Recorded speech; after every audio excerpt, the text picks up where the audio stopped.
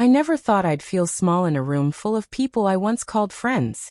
But that night, sitting at Olivia's friend's birthday dinner, I felt like the punchline to a joke I didn't know I was part of, until the laughter started. We were all a few drinks in, scattered around a long, dimly lit table at this trendy rooftop bar. Someone had brought up the topic of body count, and the conversation turned into a rapid-fire exchange of numbers, high fives, mock gasps, and the kind of immature pride that made me roll my eyes. I sipped my drink, kept quiet, not really interested in comparing sexual history, like we were trading baseball cards. Then someone, I think it was her friend Marcus, turned to me and said, "Yo Liam, what about you, man? What's your number?" I gave a half-smile, shrugged. "Just one," I said.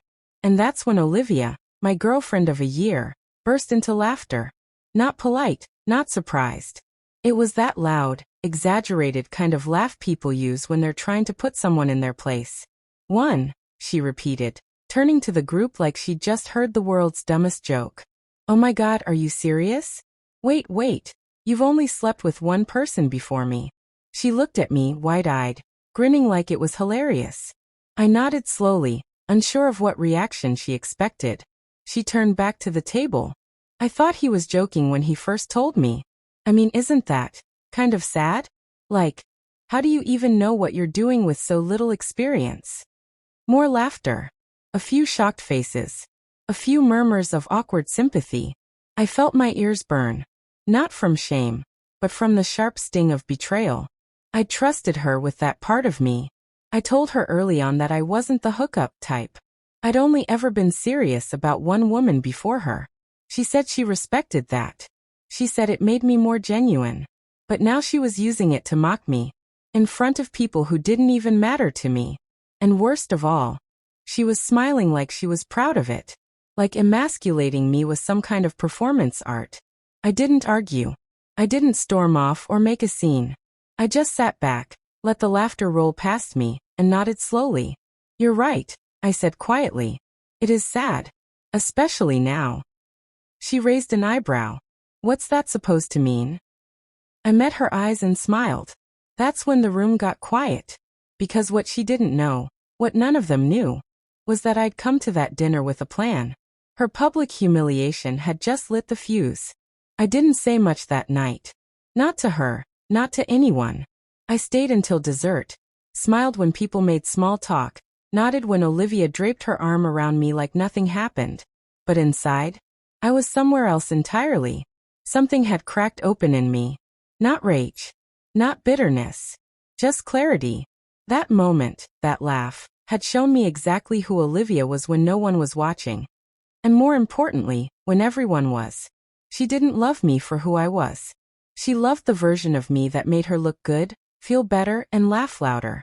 But the second I didn't fit her image of masculine, she shrunk me in front of a dozen people like I was an embarrassing accessory. So I started planning. Not a dramatic blow-up. No revenge porn or toxic shouting matches. That's not me. I don't want to win battles with screaming. I'd rather leave people with silence they can't forget. So I waited 3 days.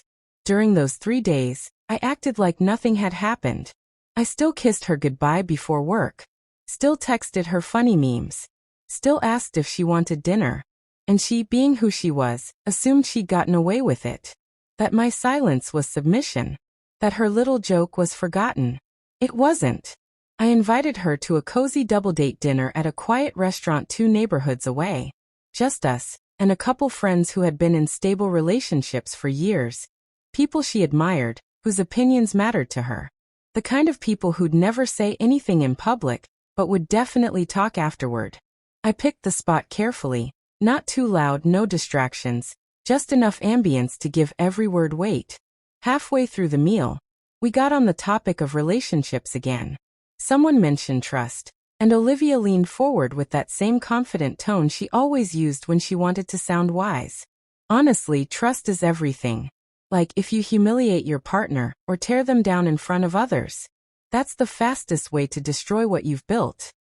I smiled, placed my fork down gently, and spoke for the first time in 10 minutes. "You mean like mocking someone's sexual history in front of your friends?" I asked calmly, eyes locked on hers. Her expression froze. She blinked once. Twice. What are you talking about? She said, voice too quick, too high-pitched. You don't remember? Last Saturday. Your laugh was loud enough to echo. The table went quiet. One of our friends slowly set down his glass. Olivia's eyes darted toward them, then back to me. I didn't mean it like that, she said. It was a joke. A joke, you repeated. Twice. In front of people you barely know. About someone you claim to love. She swallowed hard. I didn't raise my voice. I didn't need to. Every word landed heavy and precise. Not to destroy her, but to reveal her. And for the first time in a long time, she didn't have a comeback. The rest of the dinner unfolded like a slow, uncomfortable car crash Olivia couldn't escape. She tried to laugh it off again, tried to salvage the room with a nervous chuckle and a "Come on, Liam, you're not still upset about that, are you?" But this time no one laughed with her. Our friends just sat there, confused, awkward, and now curious about the side of her they hadn't seen before. One of them, Sarah, quietly excused herself to the bathroom, dragging her boyfriend along. I could feel the shift in energy like a cold front rolling in. Olivia was alone in the very spotlight she'd turned on me. I didn't gloat. I didn't need to. She was unraveling on her own. That same confidence she wore like perfume had evaporated. Now she was all nerves and half-finished sentences, trying to steer the conversation away from the wreckage, but no one was buying it. I paid the bill silently, thanked the waiter and stood. "I'll take a walk," I said. "You can Uber back." Her face paled. "Wait, Liam. Come on, don't be dramatic." I turned to her. My voice was calm, measured. "You made a joke out of me in front of everyone you knew. I gave you a chance to apologize privately. You didn't. So now you've felt what it's like to be made small, in front of people who matter." She stared at me, lips parted, eyes glassy. "You're breaking up with me?" she whispered, like the concept was foreign to her. "No," I said gently. "I'm setting myself free. You already broke us." I left the restaurant that night, and didn't look back. There was no dramatic chase, no shouting in the parking lot. Just the soft click of the door closing behind me, and the weight lifting off my shoulders. I felt taller walking away than I'd ever felt standing beside her. The aftermath was quiet, but not silent.